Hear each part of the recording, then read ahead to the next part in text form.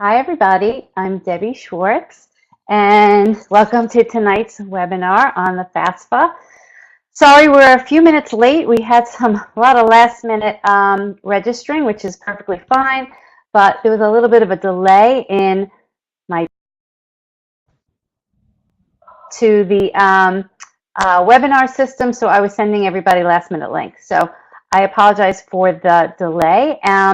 There's a chat box at the bottom, and I'm just going to send a quick message, but maybe if everybody out there can send a message back that you can see me, you can hear me, that would be helpful. So I'm just going to say hi, and everyone see me and hear me.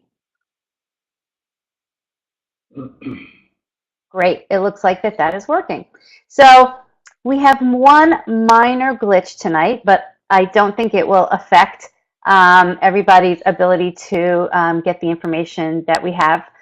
Our one little glitch is that Luanne Lee, our presenter, is we haven't been able to get her video working, but her audio works and all her materials that she wants to share works. Unfortunately, you just won't be able to see her face. So maybe in another email, I'll send you a picture of Luanne, but that's the only thing that's not working tonight.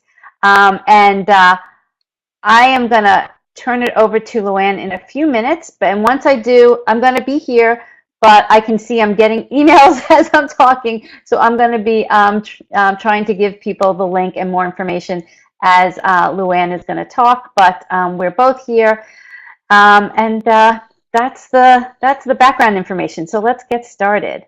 Okay, one person said audio is scratchy and needs to be louder. Can anybody else having trouble listening to the audio? No, mine is fine. We're good. Okay. Okay. So I'm not sure. Someone said a little scratchy. Okay, I will put up my volume a little, but we'll try our best on this end. So tonight, Luanne is going to talk about the FAFSA. The FAFSA opens up October 1st. It's coming very soon. Related to financial aid, it seems that nothing ever goes smoothly. And of course, there's another glitch this year related to the security issues, which we'll discuss. But even if you've been through the FAFSA before, it seems like every year there's something new to deal with. I don't know if I actually even mentioned I'm Debbie Schwartz. I manage the Paying for College 101 Facebook group. I also have several different websites, Road to College, and I also work with Michelle Kretzmar on another website called College Money Search. So Luanne is going to give you a little bit about background on herself, and then we're going to get started with the presentation. So Luanne, jump in. Okay, well, can everybody hear me okay? I've got to let you know that I have a bit of a cold, and so my voice normally isn't this squeaky, but Debbie, am I coming across all right? You are. Is there any way you can get a little closer to your audio source, maybe be a little bit louder? Okay, so how is this? I just pulled the mic straight to my, and I've got my volume up the whole way. Okay, that's better. So, how is this? Good? Yes, better. Yeah. Okay. So welcome everyone. I'm sure that you're all getting ready for what we call the FAFSA frenzy. This is that time of year, which it's been an adjustment for me, even after doing this for so many years, to have it happen in October rather than January. So but I'm not going to go through a lot of chit chat. We've got a lot of material to cover. I'm the owner of your college planning coach, and my tagline is making college affordable one family at a time. I'm a financial college planning specialist. My background, I've been in financial services since 1999. And I realized the other day I've actually been in the college planning realm for 14 years. I said the other day, it was maybe 10. So that is me. a couple of years ago. You know, it's kind of like a realtor picture. But anyways, and I wanted to give a shout out to Michelle. I know it's Michelle's birthday. She put it on the site the other day. So happy birthday, Michelle. I hope you did make onto the webinar tonight. So we've got a lot of information to share. We received a lot of questions that people sent in. And so up until probably about 5 o'clock today, we got those questions. And after that, if we haven't addressed your question, you can go ahead and put it in the chat box. And if we don't get to it tonight, we'll address it on this, you know, the second webinar that's going to be on October 8th, I think, Debbie. Yes, Sunday, October 8th, same time, 8:30 p.m. Eastern Time. So let's go ahead and get started here. And you know, I'm sure you all know there's a lot of information overload. You know, we've got the internet, we've got Google, we've got the websites for the colleges, we've got Facebook pages. But the thing is, you know, some of that information we might be getting from the wrong people. And I find that that's one of the key areas of a lot of mistakes that are being made on the FAFSA. So it's kind of like the tip of the iceberg. We're not going to be able to solve everything tonight, but we're just going to address the FAFSA issues. And I've always been a firm believer in if you, the more that you understand, the better you're in the driver's seat. You have more power. So what do you do first? And I know I've seen on the Facebook group, people have been talking about the FSA ID. That is what you need to do first. For any of you that are getting ready to have a senior this year, that you're going to be filing the FAFSA in October, you need to go online and get your FSA ID. Now, we've got at the top of the slide, we've got the link to fsaid.ed.gov. Pretty simple. One parent and the student have to have separate IDs. Now, if you want both parents to have an ID, that's fine. But you've got to definitely have student have their own ID, their own email address. You cannot have the same email address on two different FSA IDs. They're doing this for security reasons. And so when they go ahead and log in, the email with their username, password, it's going to send a confirmation to their email address or your email address. And yes, this is me, and then the link to, you know, then continue putting your information. It is extremely case sensitive. So please, what I tell my clients is to dodge or write it down. I need to know exactly, you know, uppercase, lowercase, odd, you know, symbols, whatever the case is.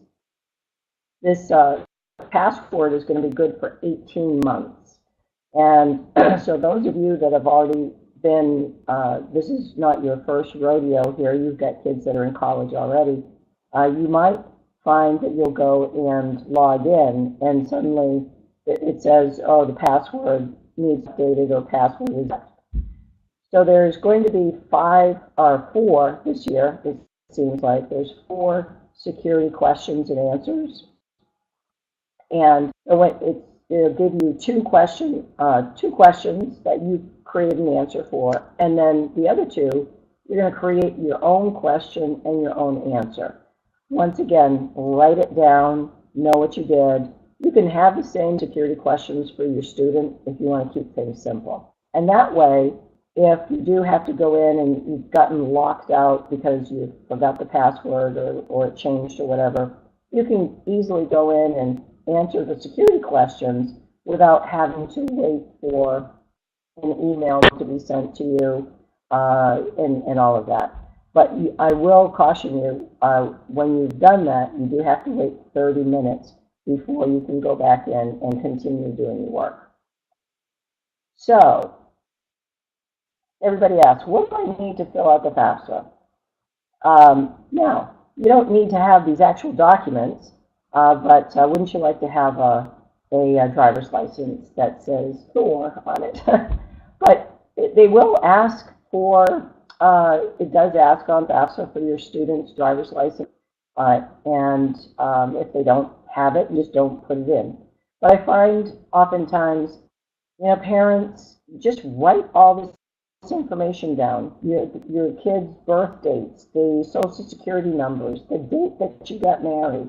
Especially for those men out there, they always get the, either the day or the year. And also, if you have been divorced, what was the month and year that you got divorced? And so have all this information ahead of time, and that will make it pretty easy for you.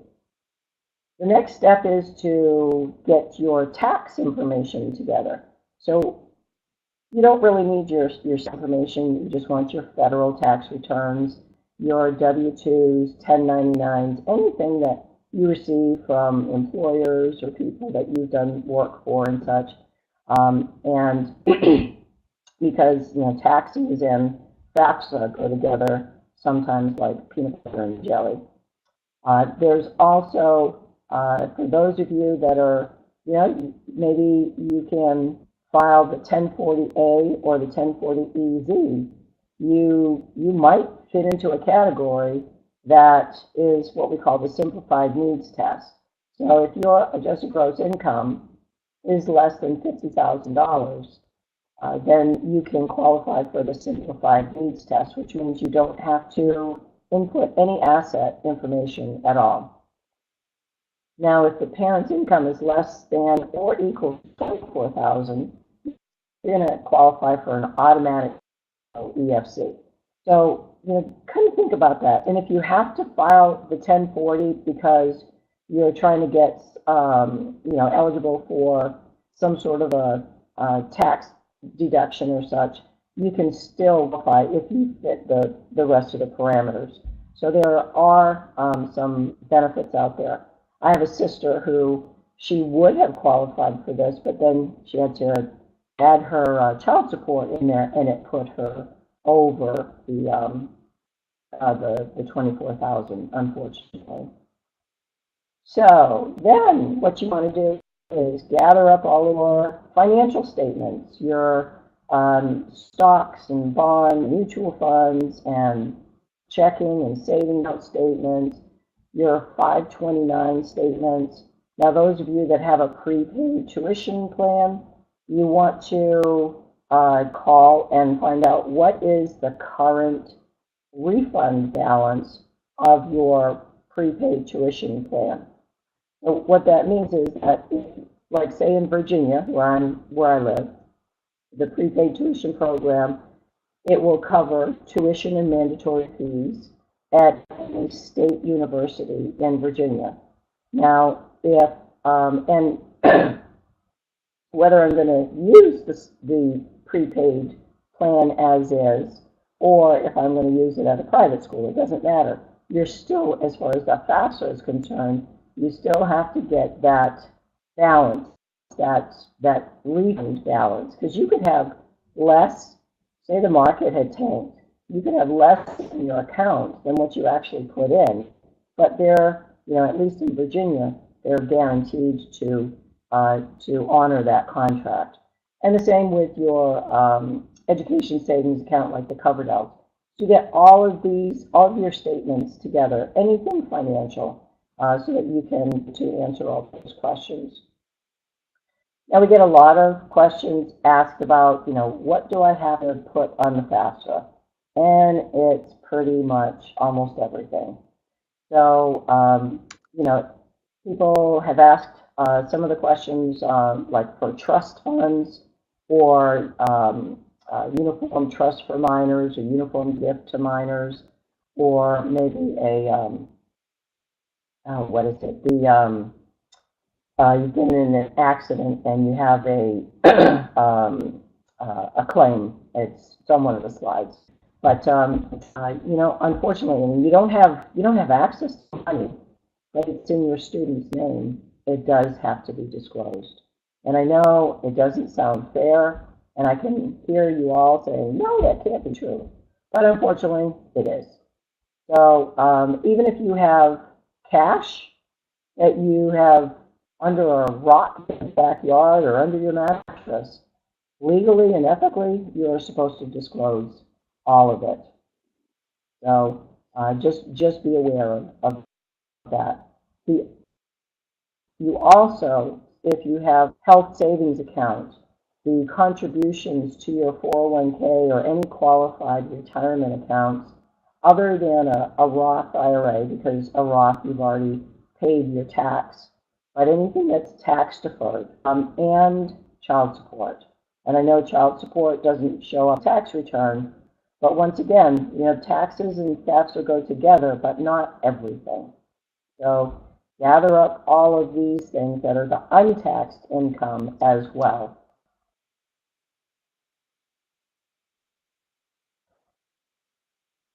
And okay, so there's the only 4 things that you do not have to disclose as far as assets are concerned are the equity in primary residence, the cash value inside a permanent life insurance contract, the cash value inside annuities,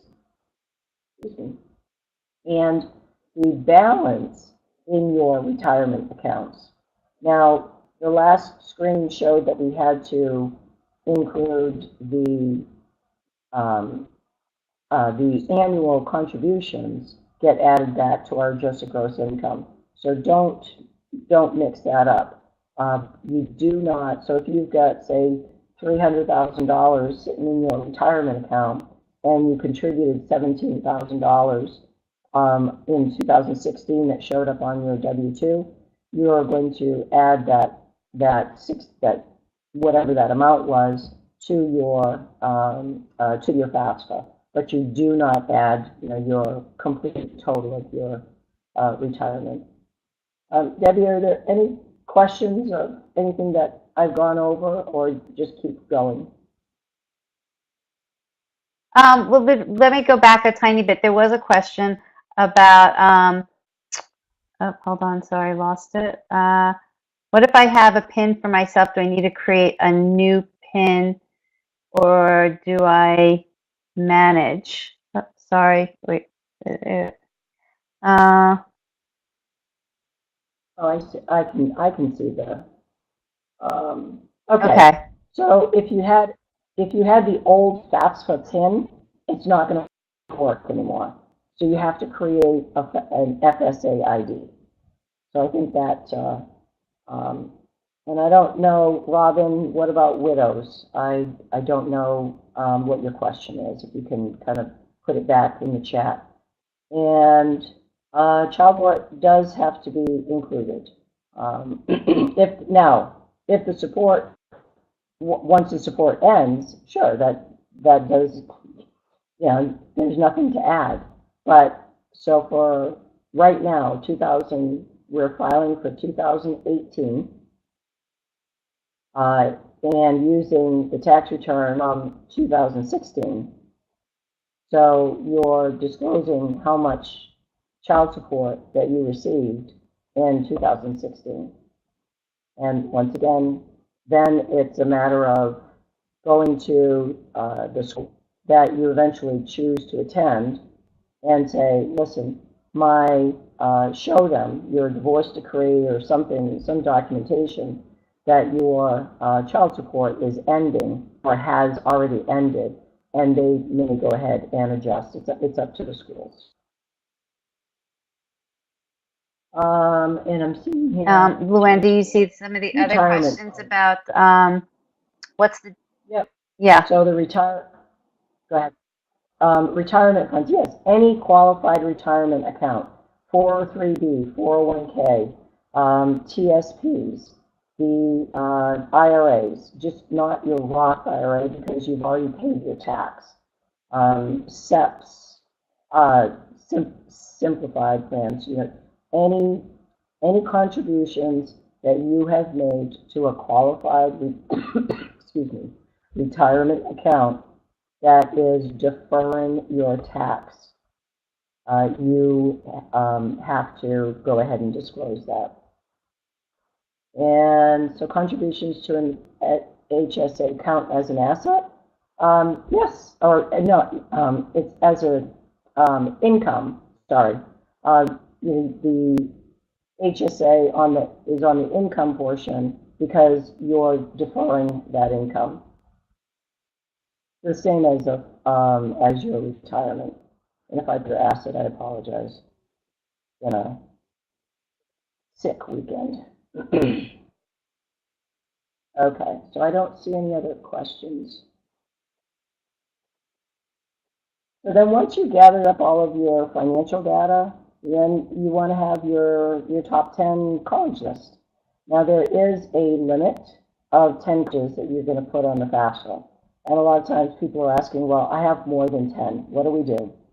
So you have a couple of different options. You can wait a few days, usually three to 5 days, just to go back and check to see if your FAFSA has been processed. And if it has, then you can call the FAFSA, I call it the hotline, and you give them the data release number, which is up in the top right-hand corner of your student aid report. And we'll be discussing that shortly. And you'll, if you give them that information along for your FSA ID, they're going to ask for your student's information, and they'll go ahead and add those school codes for you. Or you could call the college financial administrator, give them your DRN number, and they'll add it for you. Or you can also do this yourself. Go into your FAFSA account, delete the however many schools that you're going to be adding. You delete the ones from your original account. So they'll be deleting as well from the FAFSA or from the school. So personally, for myself, I'd rather be more in control of that, to know which schools I ended up deleting and which ones I've added on, so that when it boils down to it, when you get to the point where you're making your determination as far as which schools that you're going to be looking at, you can go back in and make sure that they're on the FAFSA and delete some of those other schools that you know that you're not going to apply to. We had a lot of questions about divorce, and the reality is they really don't care if if your ex has not paid child support, or now they're making money and they're making up for lost years, and so now you have a lot more income to report. It's unfortunate, but that's just how it is. And it really doesn't matter what your divorce decree says. If your ex is supposed to pay for 50% and you pay for 50%, and suddenly they're not going to pay and you have to take them to court, the school is not going to wait. So that's just the reality of it. And also, one of the major mistakes is that when you're looking at, okay, my ex is going to declare my son on his tax return as a dependent, and I'm going to declare my daughter, our daughter. And so it doesn't matter who has the dependent on the tax return. It matters as far as the household that the student lived in more than 50% of the time. So if the student lived with you more than 50% of the year, then it's just your income, your assets, and if you've remarried, it's also going to be your spouse, your new spouse's information. Your ex information does not go on the FAFSA. It will be different for the CSS profile. Many schools require the non-custodial parent, but for the FAFSA, it is not an issue. So some of the questions that we received, who should fill out the FAFSA and why? Well, really everybody. Some schools even require merit, but it's just if you want to pay full price without any idea on whether they're going to discount or give merit or such, then don't file the FAFSA. It's a little bit of a pain, but life happens, in the blink of an eye. I mean, in the blink of an eye. I've had several clients that have lost jobs, have had medical issues. I just had somebody send me an email 2 days ago. Husband just lost his job. They've got kids in college. So if you don't file the FAFSA, then you have no recourse to go back in and let them know what's changed in your financial picture and how can they help you then. They're going to help you in the form of loans, but if your kids are already in college, that might be your only option for them to finish. Now, somebody asked, why do we have to file it so early? Can we wait? Sure, you can. And you do not have to file the FAFSA on October 1st. So for those of you that are going to wait up until midnight and at 12:01 go on the FAFSA.ed.gov site, you're crazy. Excuse me. I told Debbie to make sure I didn't start laughing because it makes me start coughing. But you don't have to do that. I've never filed the FAFSA on on October 1st or January 1st when it was there. There's so many glitches and so many people are trying to get on at the same time. So you can wait a few days. Now, I will caution you, if you are a family that is going to qualify for Pell Grants and state grants, and maybe your state is not in the best of shape, you want to file within the first couple of weeks and get that paperwork in. But you do not have to. There is a deadline. All schools have a priority FAFSA deadline. So just know what those deadlines are for the schools that your student is applying to. And as long as you get that priority FAFSA in, you'll be good.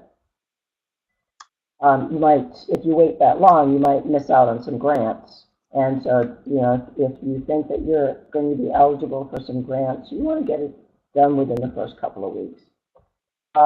Outside scholarships, do we have to report? Yes. And sometimes when you report those outside scholarships, if you do have some financial need-based aid, the college will reduce it. It's unfortunate, but that's just how it is. Somebody asked about the base year. The base financial planning year is the end of the student's sophomore year in high school. It used to be the end of the junior year, December 31st.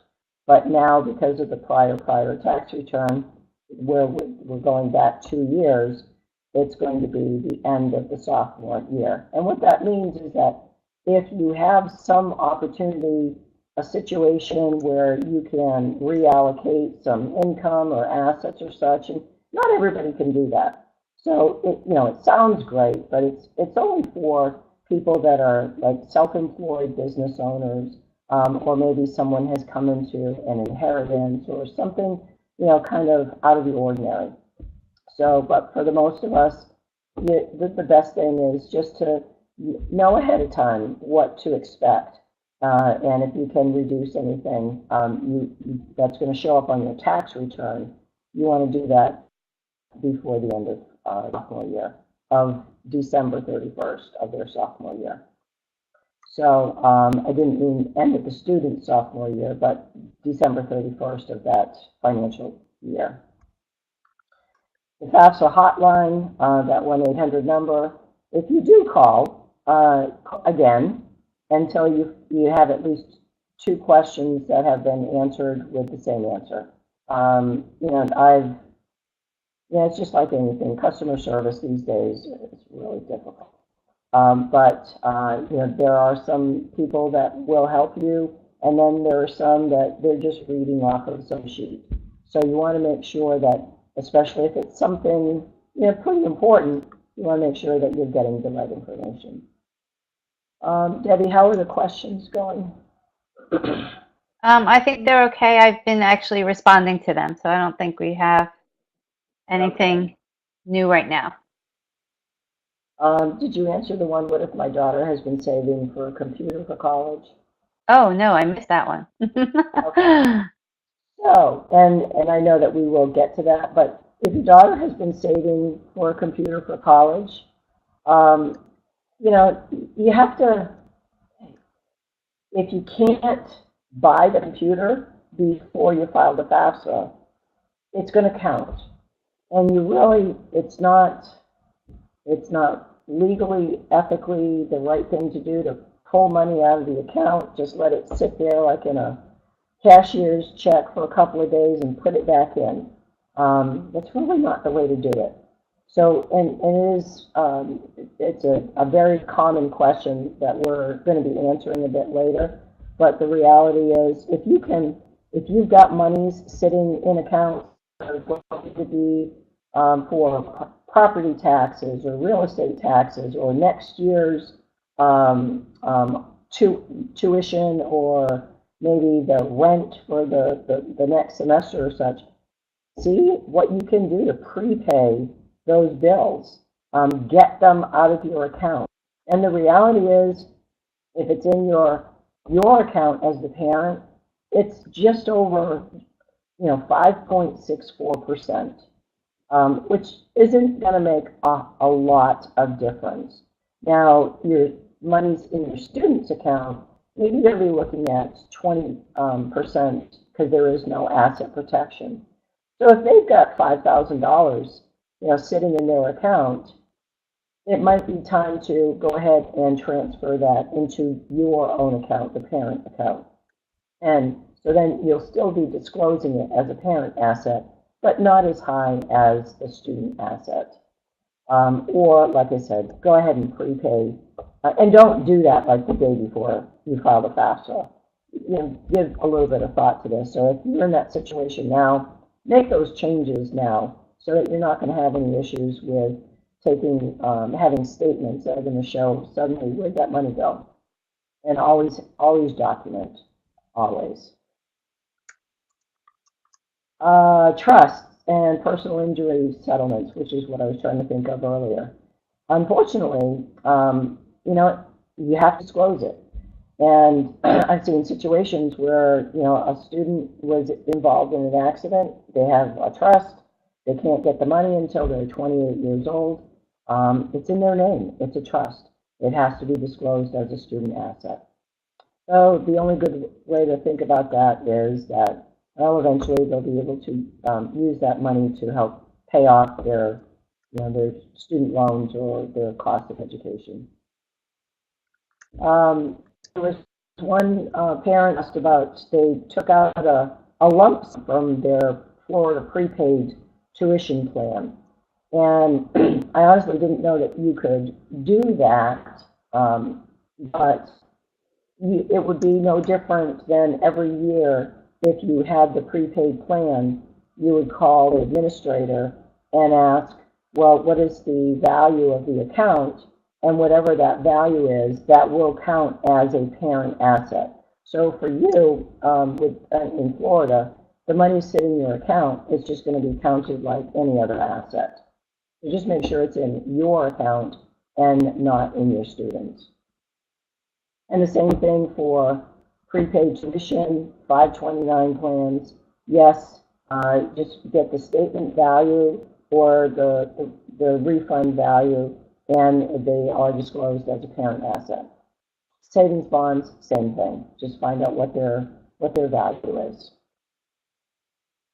So, how do we disclose medical, student loans, all the rest? You don't. On the FAFSA, there's nowhere that it asks, how many bills do you have? They don't care that you're living paycheck to paycheck, and maybe not even then. They don't care that you've got a first and a second mortgage and you're paying your own student loans. It's pretty, excuse me, it's pretty straightforward.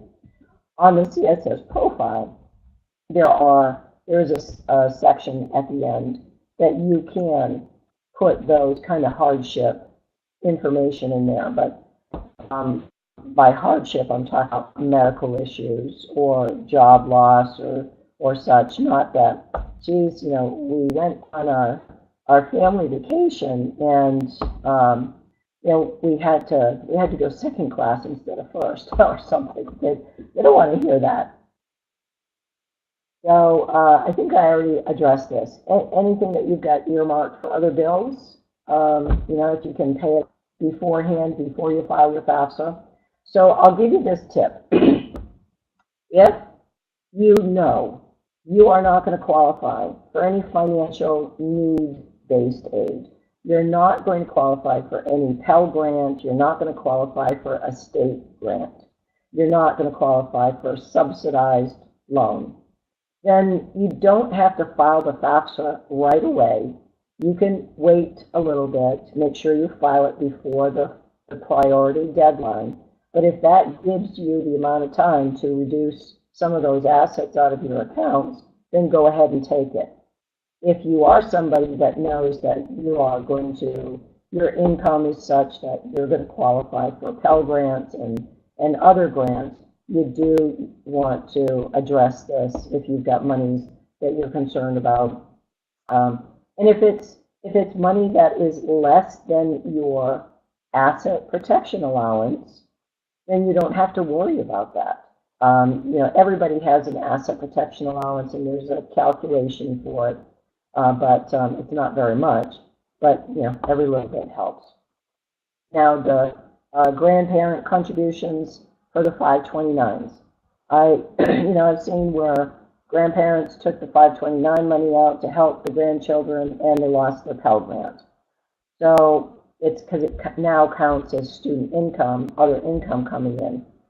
So if you can hold off and use those grandparent 529s, and this is the same thing when parents are divorced and the non-custodial parent has some 529 money, use those last if you can. So you want to be able to wait in spring of the spring semester of the student's junior year in college, because it's not going to show up on their tax return and the FAFSA when they go to file in October of their senior year. If you can't wait, if you are dependent on that money, then the grandparents can go ahead and transfer that 529 over to their adult child, and then that will just count as a parent asset rather than as a student income.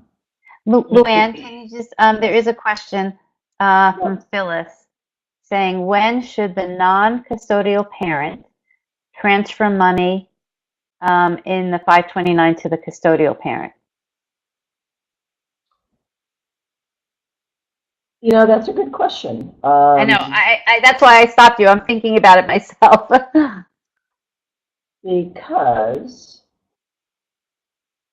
you know, I don't really know. I think I have to think about that a little bit and then kind of right back. Yeah. Because the grandparent can transfer that money to their adult child. I'm not sure that a divorced couple, that say the husband, could transfer the money to his ex-wife. They're not family anymore. They're not married. Well, I guess it would be like gifting money. But it's still going to be, so once again, you're gifting, and that's a tax concern. It's not it's a different FAFSA concern. So I would definitely, Phyllis, follow up with, if this is your situation, I'd follow up with your 529 administrator and ask them if, in a situation where you and your spouse have divorced, can your ex transfer the 529 account over to, that they have for your child, over to you? Because I'm not sure that would count like it does a grandparent. I could be wrong. I truly don't know. I've not ever done a 529. But I can find out, and we can put it on the Facebook group. So any questions that we can't give an accurate answer tonight, we'll go ahead. I'll do the research, and we'll put those questions, well, we're going to be sending you out some information anyways, and we'll answer them in the second webinar, and also we can send out an email with the questions and such. Does that sound right, Debbie? Yes, definitely. Okay. So am I good to go ahead, or? Yes. Okay. So we already answered that. Profit from a sale reflect FAFSA. Does the sale profit get counted toward the EFC? So we're starting to kind of get a little bit of between the tax information and the FAFSA. And the reality is, if you just sold your house, waiting to put a down payment, you haven't found your place yet, and you have to file the FAFSA, I would definitely wait, because if you've got several $100,000 sitting in your account that you're going to use as a down payment or such, that's going to add up to quite a bit. And you don't want to shortchange yourself to take some of that money and use it for other things just to remove it from the EFC. Because sometimes you're gonna what is it? Cut your nose off to spite your face. You might need, if you're planning on using that money to make up for what you don't receive in grants and scholarships and whatnot, then you don't want to shortchange yourself and just remove all assets out of the way, putting it into vehicles that you have no control over. I hope that makes some sense. And once again, technically, excuse me, technically and ethically, you shouldn't move money out of your accounts just prior to filing the FAFSA. Just be careful how you go about doing that. Do it a few months in advance, and do it for the right reasons, because you are supposed to disclose cash, or whether it's under the mattress or under a rock in the backyard. So the second, now this was prior to us starting. This question here was the only one that I was really stumped about, that I couldn't give an accurate answer. So one mom sent in, she's got a senior student as a single parent that she adopted. She was married prior to adopting her child, and it doesn't address this. And I don't believe that like you said, never married and not living together, because that would indicate that the other person that you're talking about is the child's parent. So I would say single, but I will contact FAFSA tomorrow. They definitely do not want the weekends. And post the answer that we'll send out to the Facebook page. I think we can put that in the Facebook page, because that is that might help some other people that weren't savvy enough, like all of you, to be on the website tonight or on the webinar. And the same person asked about 529 accounts. Yes, I don't know about the FAFSA online help button, but I will be addressing this here in a minute.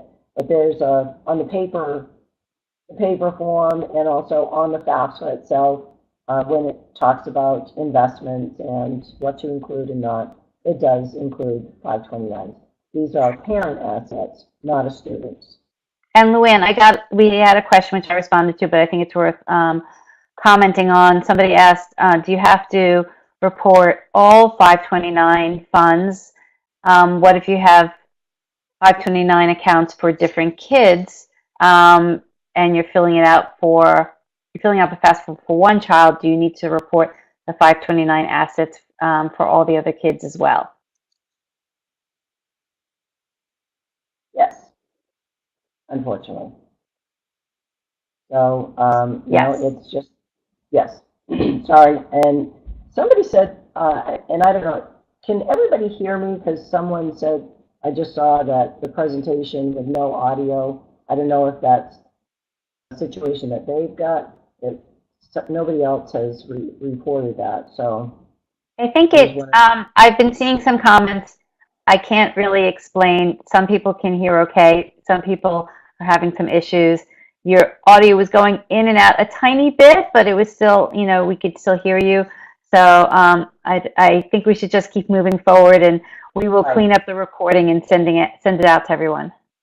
Yeah, I had told Debbie earlier before we got started because of my voice issue that we'll go ahead and re-record this and send it out in a few days when I have my voice again. Yes, we So definitely will. my husband is very happy right now that I can't speak very well. I probably will have no voice tomorrow, but in a few more days it'll be back to normal. So. Okay, so taxes and financial aid, they do go together, but only sometimes. And I find that a lot of times we're confusing FAFSA with taxes. So we had a number of questions talking about capital gains and side businesses and capital gains from selling your home and such. So this information is going to get filtered through into your tax return. If you've got some time to talk to your CPA about this or your accountant, it's definitely worth talking to them. If it's something that just happened and or it's on your 2016 tax return for the 2018 FAFSA, there really isn't. It's not like there's line items on the FAFSA to show that, hey, I had an income loss from my business.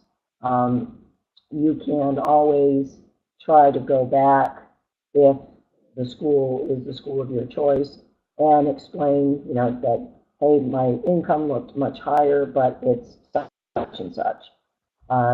So we do get that confused a lot between what shows what we can legally, the tax loopholes that we can take advantage of on our return, but sometimes it doesn't filter through to the FAFSA, unfortunately. Now, there were quite a number of questions about 529 plans, and as far as, well, transferring, and just like the question earlier, there's pros and cons to a 529 plan, just like anything else.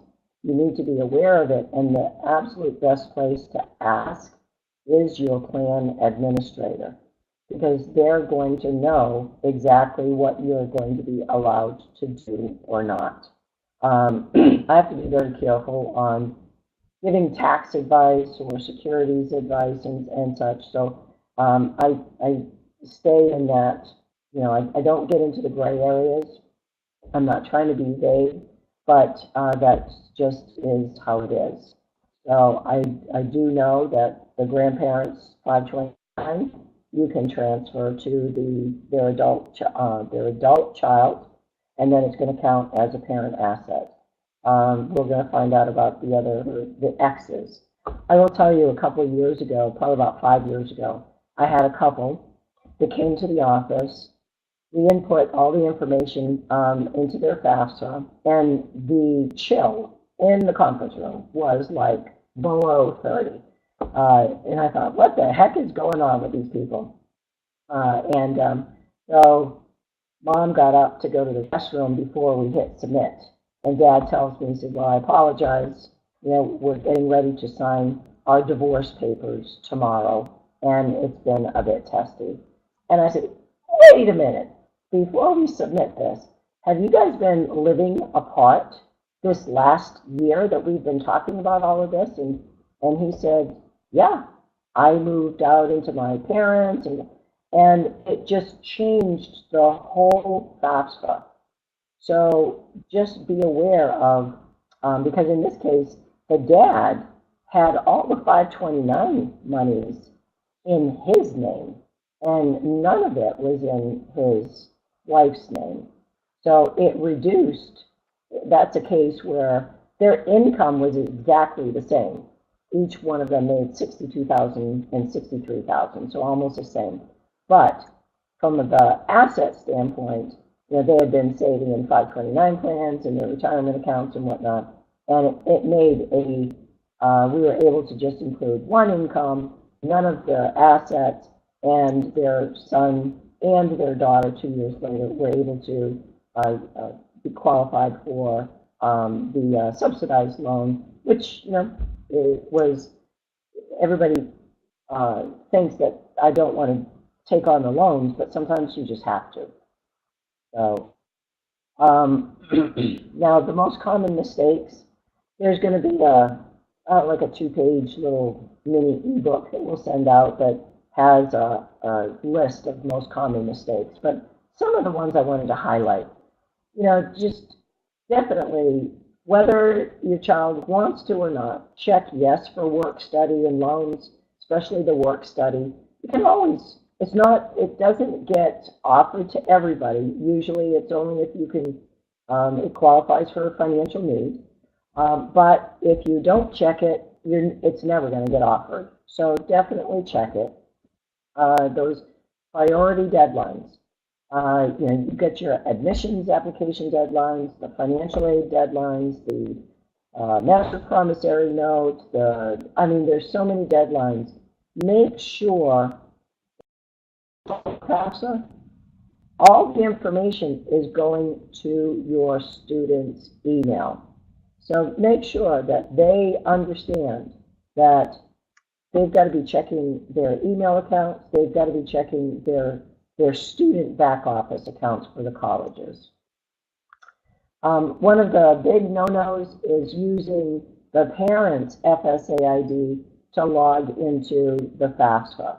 The only reason the parent has the FSA ID is to electronically sign when you're ready to submit. The FAFSA belongs to the student. And going back to having two parents get an FSA ID, if, say, one parent is going to be the parent that's going to be on the PLUS loan, they're going to have their own FSA ID. You don't have both parents on the PLUS loan.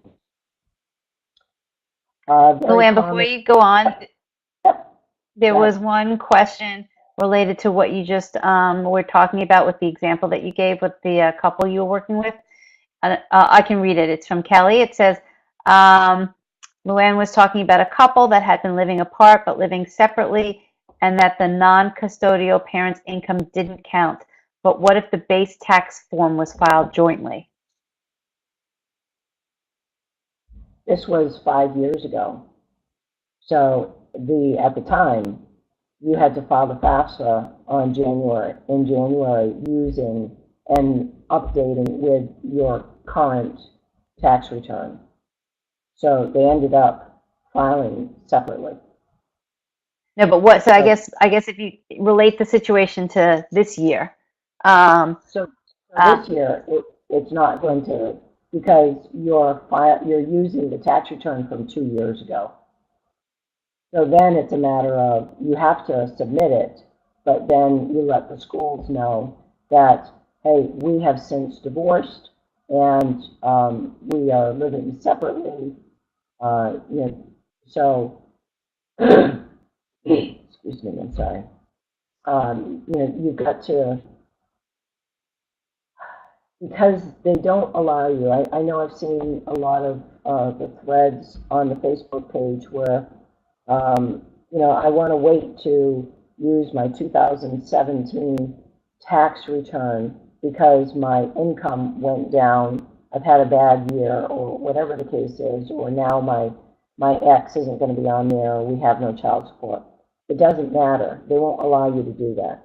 You're going to file your 2016 tax return, and then you'll have to appeal, ask for professional judgment.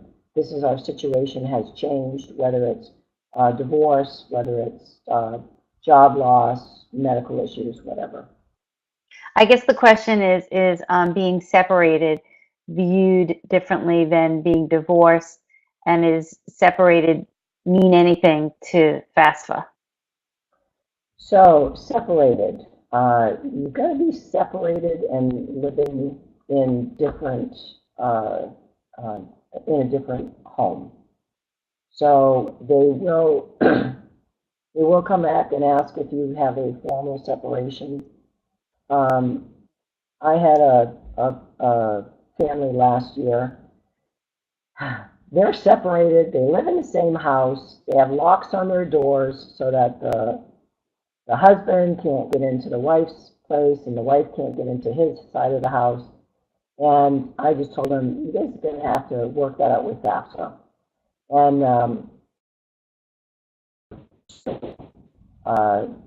they still declared or did their taxes together because it made more financial sense. Well, they just hurt themselves from the FAFSA. So, you know, you can't have your cake and eat it too. So sometimes we have to, if you're living in a separate residence and you are legally separated, then there is a spot on the FAFSA that you can identify that you are,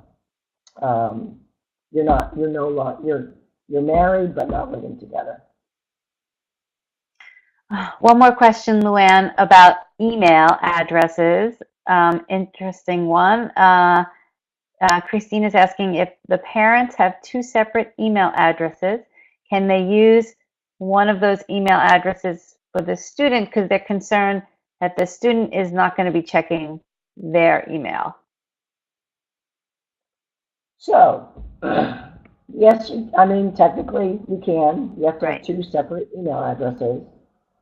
But that's going to be the email address that's on record for that student, not only through college, but afterwards as well.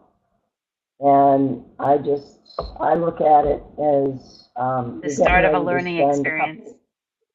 If you're willing to take on a couple of $1,000s for them to go to college, the least that they can do is be adult enough to start checking their emails. Okay. Excuse me. Missing those priority deadlines is a big thing. Typographical mistakes, oh my gosh. You know, just, you have to have a second set of eyes looking at, you know, Social Security numbers and dates of birth and whatnot. If you're self-employed or you're a business owner, so if you own a family-owned business with no non-family partners and employ fewer than 100 employees, you do not have to disclose your business assets on the FAFSA. And a lot of people make that mistake. Not hitting submit. You know, you just spend a couple of hours on the site and you just you don't hit submit. If you don't hit submit, it goes no place. The tax information, getting adjusted gross income or how much when they ask you how much taxes were withheld or such, using nicknames. If you've always called your child, I don't know, Debbie, and her given name is Deborah, and you put Debbie or Jimmy instead of James, or TJ instead of, you know, Thomas, Jeffrey, it's going to kick it back and you're going to have a big problem. The incorrect information when a family is divorced. This is a big one. You know, once again, 50% of the time, or over 50% of the time, the household that the student lives in, and if that parent has remarried, the new spouse's income and assets need to be disclosed on the FAFSA. Even if that spouse has children with their ex, and they're supposed to be continuing to pay child support and, you know, paying for college in their legal documents, their income are not going to get counted on their other children's FAFSA form. but it's not the biological parent that does not live in the house. Their income does not go on there. And it, once again, it doesn't seem fair, but that's just how it is. Luanne, so there was a question about do business assets need to be disclosed? No, they don't. As long as you have less than 50 employees and you have you are a family-owned business. So if Debbie and I were partners in a business, we're not family. So then that knocks us out, even though we don't have 100 employees. But if we have a formal business, then I still have to disclose my share of the assets. But if I'm in business with, God help me, one of my sisters, I have to disclose the business assets as long as we have less than 100 employees. Does that answer it? Yep. And then there was a question about, do you need any sort of records to prove where the child spends more than 50% of their time? Well, I mean, if it boils down to it, so the rule of thumb is, because unfortunately, there's a lot of divorced families out there, and sometimes they have arrangements 50-50, and everybody gets along all right. So excuse me, if you've got one parent that has a substantially less income and assets than the other, then make sure that the kids spend a couple extra weeks with that parent, and make sure that their home of record for high school and their driver's license is at that household. And so you won't run into any problems in that regard. So that's good documentation to have for that. Does that answer it? Yes. And then one last question about businesses. Does it matter if the business is an LLC or doing business as? Or a farm? So a family farm, excuse me, a family farm, you don't have to disclose. But as far as if your business, once again, an LLC is going to show up differently on the for your income than, say, like a C Corp. But if it's your family business or your own business without the employees and such, you do not have to disclose the assets, whether it's an S Corp, an LLC, a C Corp.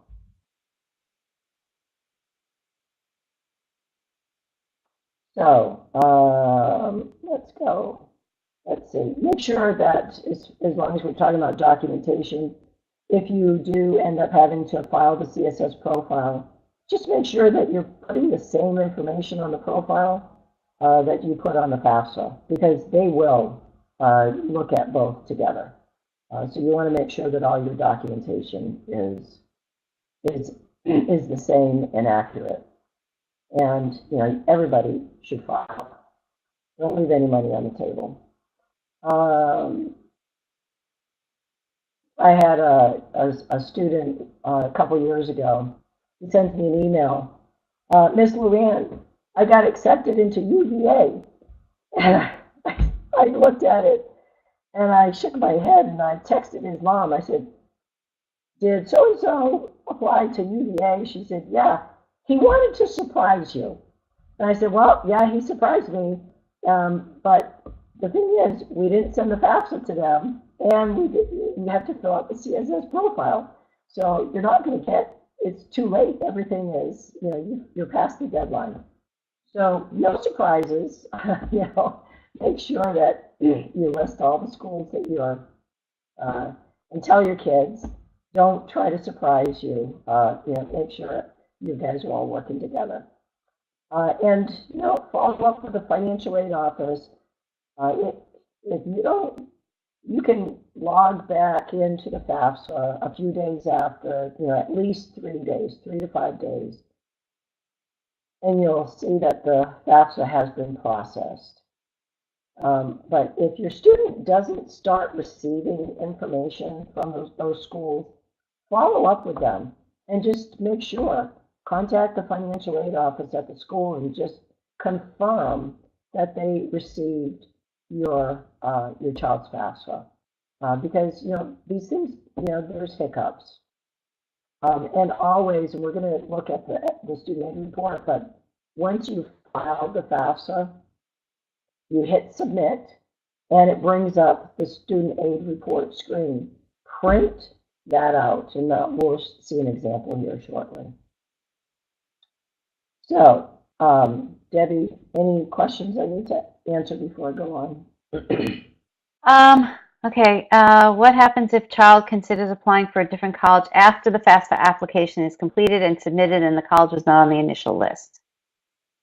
So good question. You just go back into the FAFSA and you're going to create a correction.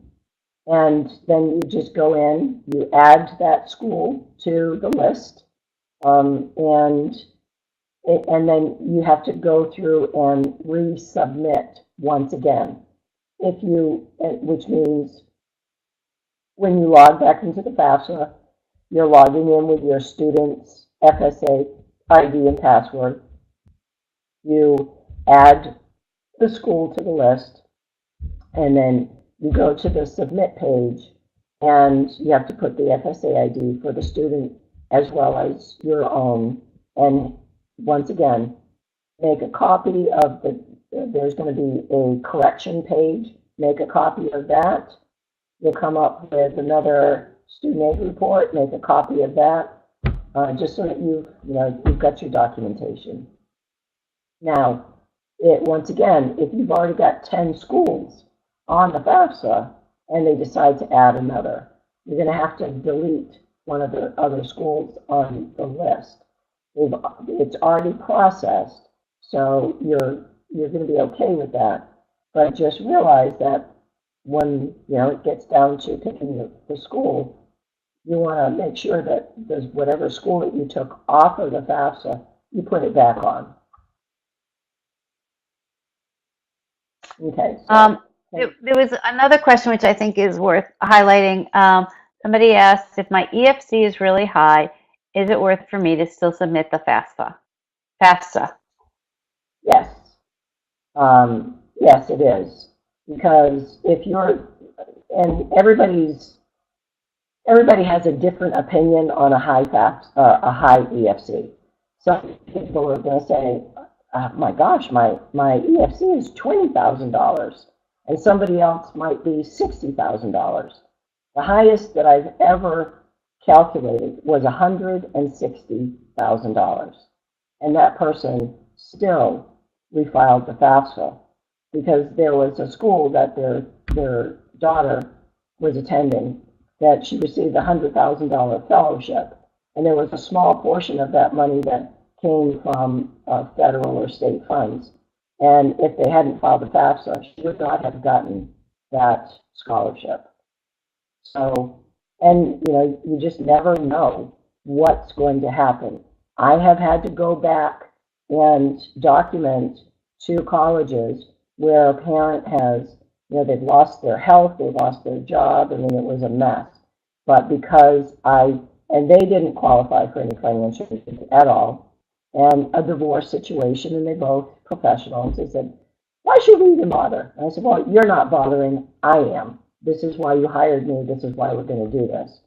And don't you know, within a year, both of their kids in college, because of the tragedy, the medical tragedy, and she's okay now, thank God. But she ended up losing her job, lost her home, lost everything. And the kids were able to qualify for Pell Grants and the subsidized loans. So you never know. So I think the thing that people need to remember is that filing the FAFSA is the only way that your student will get access to federal loans. So every student is eligible to take out a federal loan. depending on your income, you may get that loan subsidized, and if not, it will be unsubsidized. But if you have to borrow any money, having your student borrow from the government is always going to be the first best thing to do, because it's going to be the lowest loan that you will be able to find anywhere.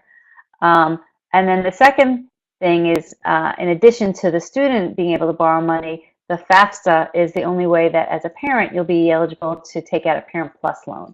So, you know, filing the FAFSA is not just for the colleges, it's also for the family's ability to borrow money from the government. Correct. And I see the question about we own land, what is the smartest way to treat this asset? What you have to do is to get the value of the land, and it's declared as a real estate investment. You know, so you're in middle school. I don't know if you what you're planning on doing with the land. If you're going to sell it, you want to sell it before the base year of your student as a sophomore, December 31st of their sophomore year in high school. And I'm just going to add one other thing, Luanne, that Sherry mentioned, and that's a very good point, and I've said it to other people before, but I forgot to mention, again, related to the FAFSA. If you have a high EFC and you don't think that there's any chance that your student will get any needs-based aid, if the school does not require you to fill out the FAFSA to receive merit aid, you can absolutely hold off submitting the FAFSA until April 1st, and you can you know, wait to see all of the acceptances that your child gets, and then send it in if your only purpose is to, you know, borrow money either from the Stafford loans or for a Parent Plus loan. That is absolutely, you know, a fine strategy if that's the situation that you're in. What I would add to that is look at the FAFSA, excuse me, the priority FAFSA deadline date for the school. It could be March 1st, April 1st, you know, February 15th. Every school has an individual deadline, and so that priority deadline means that if you're going to qualify for the subsidized loan versus all unsubsidized, you want to get that FAFSA in before the priority deadline. If you file it, say, after the deadline, they'll probably give you the loan, but it's going to be an unsubsidized loan. True. It's still the interest rate isn't, you know, all that bad. Okay, let's go there. So, I apologize, folks, for my voice. I'm fading here, but we will continue on. Now, there's a link, and we'll send that link out to you. Initially, when I was putting this together, of course, I had the 2017-18 printed out version of the FAFSA. So I went looking for the 2018-19. You can see there's watermark information across it, do not file. This isn't actually going to be ready to use until what? October 1st. But you can go to this, go to the link and get a paper version of the FAFSA. Not to file, don't file a paper version. That's, you know, it'll delay your everything for a good 5 or 6 weeks. But go through this and look at, there's a ton of information that we've discussed here tonight, talking about untaxed portions of IRA distributions from line such and such, exclude rollovers, veterans non-education benefits such as disability, death, and whatever. You know, so there's all this information is here for you at your fingertips. And so what I do every year, I print this off and I use this, I read it. I read the last usually 2 to 3 pages is all of the directions and the line items of answers to, if you were filling in, you know, line 39, here's, you know, this is what we need. and then I go back in from the beginning and start. So here we are. I want to point out step one, the student. Now, even though it's asking for all of the same kind of information that you would expect that you would be filling in as a parent, they're talking about retirement accounts and whatnot. You've got to remember that the FAFSA is not just for high school students to apply to college. There's a lot of adult, independent students, grad students that are using the FAFSA as well. So make sure that you don't fill in your information on the online account where you're supposed to be putting the student's information. Just look at the top of each page that you go to and make sure that it's either student or parent. Now, the reason that we file the FAFSA is to get the expected family contribution, your EFC. And so I put a very complex process into something that looks pretty simple here. Parents' income and assets. They get an income protection allowance, they get an asset protection allowance. And once again, your retirement balances, cash value in insurance and annuities, your home equity, all fall under asset protection allowance. Investments, real estate, child assets, savings, those are all going to be counted, added to your adjusted gross income plus untaxed benefits. Now the student, they get their asset protection allowance. They do not. That's the part that's missing here. They have the income protection allowance. So this year it's a little over $6,000 that they can earn without having any of that assessed. Anything above that is going to be like 50 cents on the dollar. And their assets, there is no asset protection. So it's going to get counted at 20, sometimes on the profile, it might be up to 25 cents on the dollar. So for those of you that are wondering, well, I should go ahead and move my students' assets into my accounts. And maybe yes, maybe no. There's three categories of families.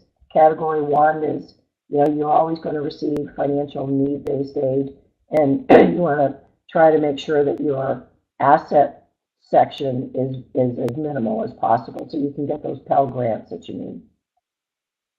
The rest of us, the average middle class American, it might make sense, it might not. It just kind of depends.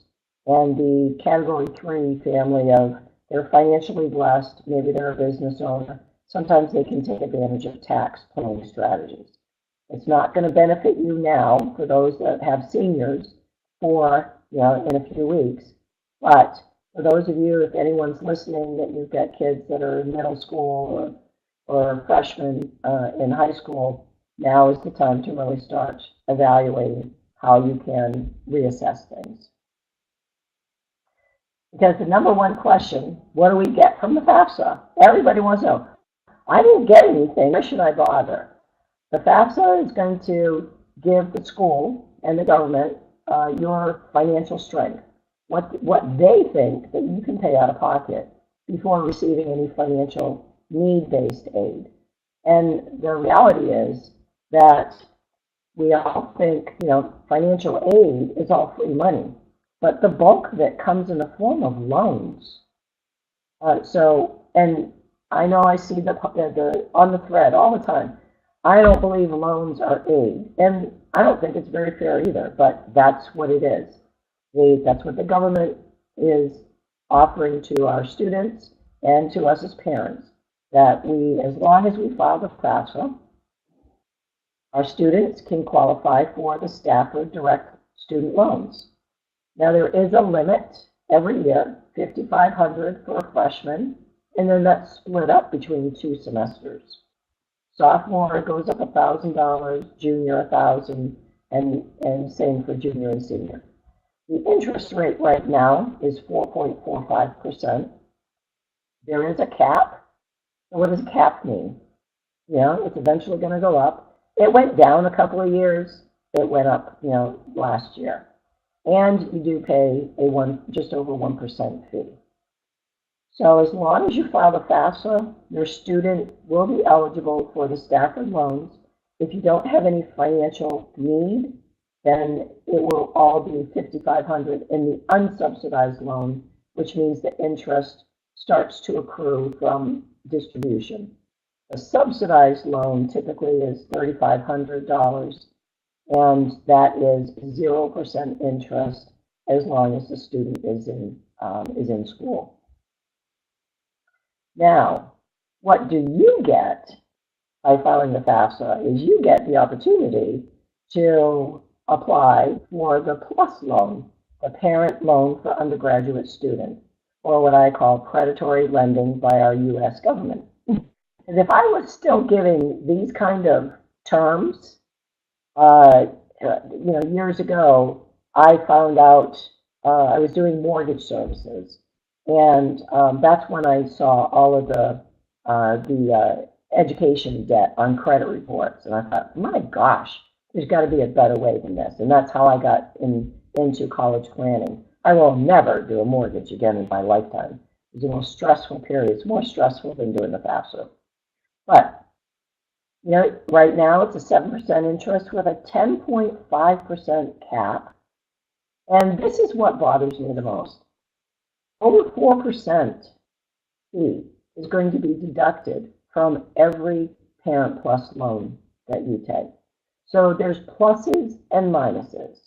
You have, if the plus loan is your only option, you're determined that whatever, we're not going to get into all of that. They are a little bit more flexible in going with the private loans. You have to have, they're not as credit score driven as the private loans, but you do have to be careful if you have a bankruptcy or late pays or any dings on your credit report that are current, you'll get turned down. Now, if you get turned down, your student can automatically qualify for another $4,000 of an unsubsidized loan. But at that juncture, I don't know. And that's a discussion for another time. But let me just go back here. On the private loans, so let's say Wells Fargo, Discover, I've seen a lot of comments about, geez, what interest rate are they offering? If you see here, the interest rate on the federal loans are the same for everybody. It doesn't matter what your credit scores are. But when you go to the private sector, you are going to have varying rates. It's going to depend on your credit scores, your debt ratios, and such. So that's why don't listen to what everybody else says. You've got to go to those lenders and find out what their terms are for your particular situation. And I'm just going to throw this out there for all of you who are, I'm using this one because they're going to release me 2 years after my student, is paying. Just be aware, it's very, very, very tough to get releases from those private loans. Your student not only has to have 2 to 3 years of on time, never late payments, but they also have to be earning enough and have a debt ratio that's going to support the risk that the lender is going to take on by taking you off its collateral. So, FAFSA.ed.gov. We've gathered up all of our documents, all of our statements. We've put everything down on the cheat sheet for the paper version, and now we're ready to go online and do this live. So, don't do it late at night when you're exhausted and your eyes are buggy or whatever. But if you're new to the FAFSA, this is the very first time that your student is applying, then go ahead, start a new FAFSA. If you have already logged in to the FAFSA, started and stopped, you will go back and you're a returning user and log in this way. Your if your student had their FAFSA last year, you're going to log in returning user. And you have to create a security. It asks you for if you have to log back in. I always just put the student's first name so that you don't have to, it's not going to be another password that you're trying to figure out what the heck did I do. So just put something easy there. It's just going to be more than 3 letters. And that way when you do log back in, it goes to that screen, you put that, that security question or whatever in there, and it gets you right back in. So this is talking about the PDF FAFSA that I was telling you about. So on June, excuse me, on October 1st, you can go to the FAFSA online and click and get the non-watermarked version of the printed FAFSA. Just don't do a paper FAFSA. This is when you're going to log in, enter your student's FSA ID, and their login. Typically, it's going to be their email address. Make sure they have their own private email address. Don't use a school account. Or you can use the student's information, but then it's going to be asking about the security questions and such. Okay, the data retrieval tool is going to be the nightmare for everyone this year.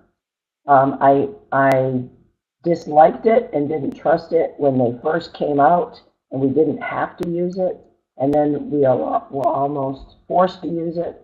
And in March of last year, they took it offline because it got hacked into. So a lot of changes. They're going to be bringing it back online on October 1st. And it's very, very, very confusing. So what I decided to do is I'm creating I'm going to put it out on my newsletter. I'm going to send a copy to Debbie, but it's going to explain exactly what you need to be concerned about with the data retrieval tool. I'll kind of go over some of it now. I just didn't put all that verbiage in. But for those that are single and you don't have anybody, another spouse's income that you're going to add to your, you did file a joint return, you're going to be okay. But for those of us that have joint returns, you're going to have to manually input your data, because this new DRT tool, once it goes, you get to that point where it asks on the FAFSA, go over to the DRT, to the IRS site. It's just going to bunch it all together, and then it's going to come back in as an error. And you are not going to be able to go in and make any corrections at all. The only people that can make the corrections are going to be the financial aid advisors at the colleges. It is just, and when that information is sent over from the DRT, it's all going to be transferred, and you're not going to see the figures. You're not going to see the information, the data that the IRS transfers from their site to the FAFSA. And quite honestly, I just don't trust it, because I've seen mistakes and I've seen errors, and now we're not going to have that opportunity. So my go-around fix to this is go in, manually input all of your information from your tax return, line by line, go through every line on the FAFSA. Over to the right, there's going to be boxes you can have drop-down boxes. It's going to tell you exactly which line to go to on your tax return and whatnot. Just follow the directions. Take your time. Manually input the information. and submit. When it comes time that you know exactly what school that you're going to accept at and whatnot, you can go back in and make a correction that you can eliminate all the other schools off of the FAFSA that you had originally sent to if you want. You don't have to, but I'm going to do that. And then go to the DRT and have that transferred over so that the corrected, updated FAFSA will now show that all of the information has been verified by the IRS.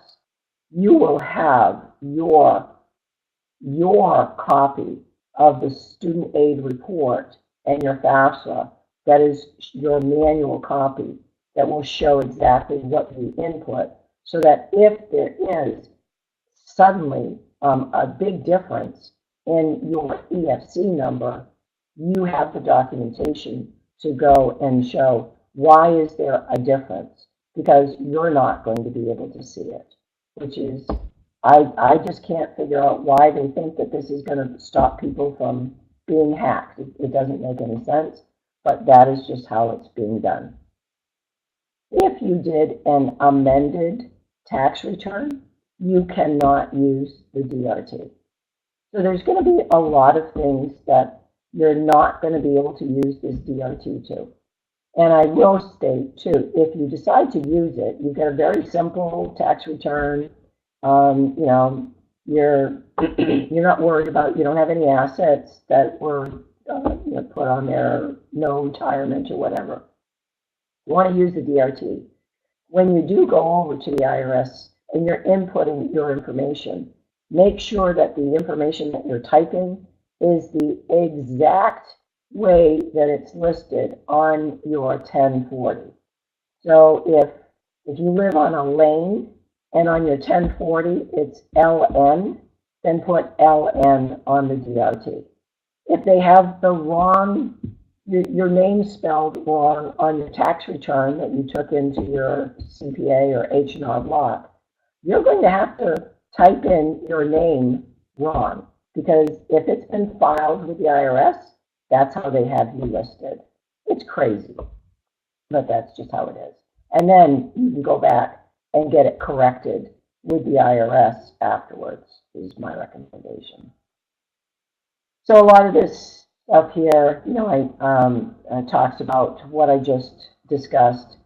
Rollovers are going to be a big thing. If you had an IRA rollover that you didn't take the income, you rolled it over to a different account, a different administrator or such, do your FAFSA manually, because it's going to automatically add that information, and it's going to increase your income substantially. So you want to make sure that if you had a rollover in 2016, manually do your DRT. And I wouldn't even go back in and do it afterwards. Then if the school asks you for verification, you just get a tax transcript. And you can order that ahead of time so that there's not going to be any delay. Hey, Luanne. Yes. I was just looking ahead, and I think we were maybe too ambitious about what we thought we could get in tonight. And I am wondering, because we've already gone for over an hour and a half, that maybe this is a good stopping point, and the other information that we have, which is a little bit more related to just pure EFC and how the colleges use it, maybe we should include that and go over it in the next webinar. Oh, that would be wonderful. Because I'm just about out of gas. Yeah. Yes, and you need to rest your voice. So I hope everybody that you got a lot of good value and good information out of tonight. I am sorry if here and there were glitches with the voice, But as Luanne mentioned, over the next few days, as her voice gets better, we will re-record this. I will send out this recording tomorrow just so that people can have it, but we will also re-record a clearer version that will be easier for people to listen to and go through. Feel free to send us your questions. We will address all the new questions in the next webinar, which is Sunday, October 8th, 8:30 p.m. Eastern Standard Time again. By then, the FAFSA will have opened, and we're going to go through a sample beforehand so we can see what's going on, what the glitches are, what this whole, IRS retrieval solution is, and and hopefully we'll have we'll get everybody's questions answered, and we'll be able to move on. So there was a question. The fee that you guys paid includes this webinar and the next webinar, so it was both webinars together. Okay, so feel free to send me any questions. It's Debbie@collegemoneysearch.com. We'll be going through the chat if we missed any questions tonight, but give us, at least maybe a day or so to gather everything together, and we'll be sending you out another email with a link to the webinar, the webinar recording, a write-up of questions, and some other goodies as well. Okay? Okay, thank you so much, Luanne. You need to rest, and thank you everybody else for bearing with us tonight. Okay, anything else to say, Luanne? No. Take care. Oh my goodness. Yeah, all right. Good night. Okay. All righty, bye-bye. Bye-bye.